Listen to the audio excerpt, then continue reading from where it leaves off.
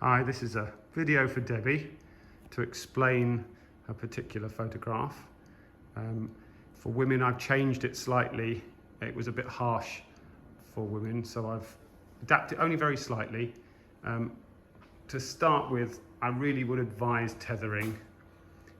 Just you only need that cable to, I use Capture One, but it works in Lightroom fine now. Lightroom always was a problem in the past, but now you can tether in Lightroom very successfully.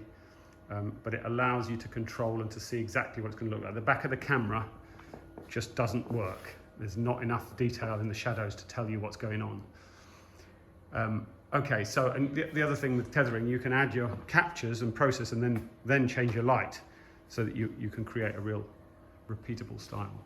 So the light does not have to be this big, but the size of the light source will change the shadow, how long and soft the shadows are. So that what people call Rembrandt lighting is actually from the school of chiaroscuro, which is a few artists work in the shadows and the details. So what this is trying to emulate that, but without the Rembrandt quarter lighting. So this is so these two baffles, these are really important. They're just simple light foam core painted black.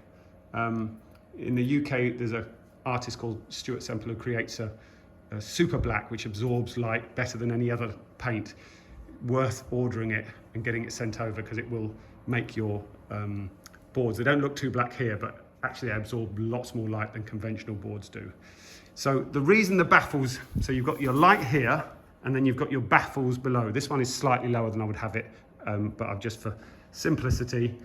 And you move them around whilst you're testing until you have a center panel of brightness and then the sides create that shadow. You can emulate it in Photoshop, but it never ever looks the same as if you do it with light.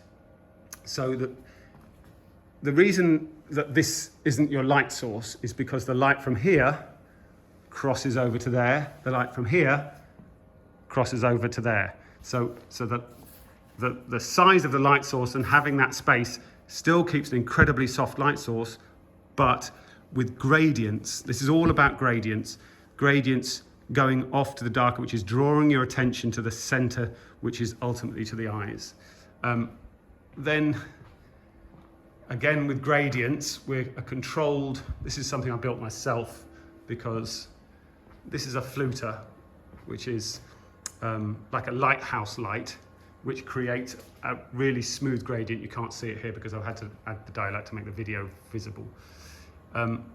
This is £4,500 for that without the light on it from Mr. Broncolor. This from China does almost the same thing. It's £100. I've adapted it for this light, but this, I'll find out the name and I'll put it in the link. You don't need this. I only had this adaptation because this has got a hot bulb, whereas your cold bulbs in your Godox lights work perfectly with this £100 lighting thing. And you can have two of them, one for there and one for there, because the gradient on the back is all about that gradient. There are ways to do it without, but these are just so much simpler to create a circular gradient. So if we go there, if we see the background,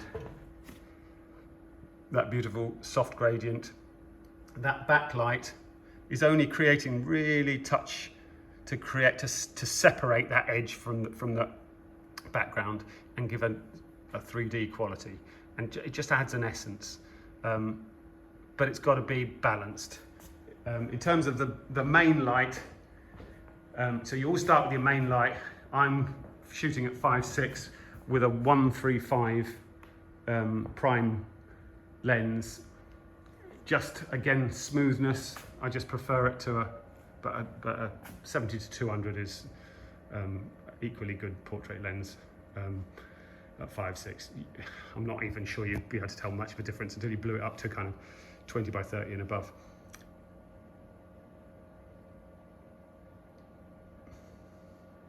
Hope that helps.